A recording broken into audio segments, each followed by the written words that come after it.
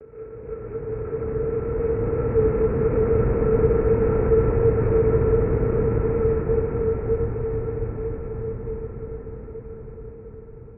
as we leave the drum tracking room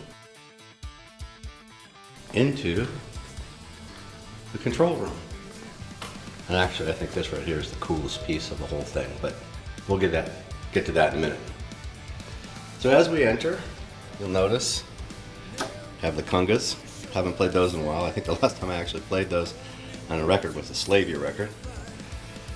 Here's a small Yamaha electronic kit that I've used on the A through Z record for a couple little parts that turned out actually quite nice. A couple cymbals. Boy, do I hate dusting those. As you can tell, I don't. So as we come over here, which is basically the heart of the studio, in the drum tracking room, obviously you have, these beautiful Lauten audio microphones, great drum set, great cymbals, all my Zelge and stuff. And what it does is it comes in here, and each one of those microphones goes to a preamp. This is old school, kind of analog style. So we've got the Neve over there. We've got the cowl racks for the kick and the snare. Obviously through the Neves, the cowl rack has the hi-hat and the ride. Then you come over here and you can just see a lot of Summit audio gear. The Manley preamp down here at the bottom.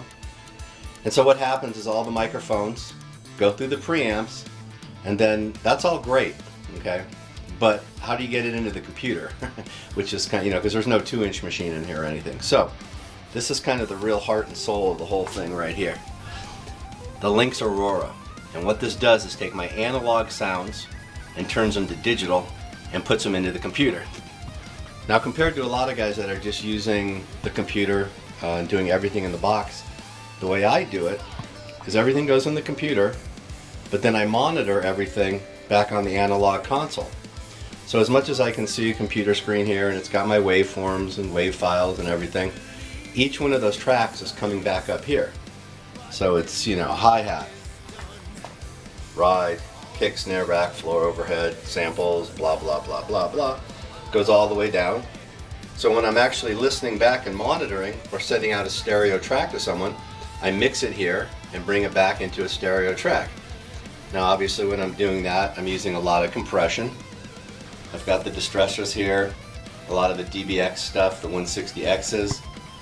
And also when it comes to reverbs, I'm not a real big fan of what's in the box. I mean, it's cute and it works, and I know there's great stuff, whatever, but I kind of prefer my outside lexicons here.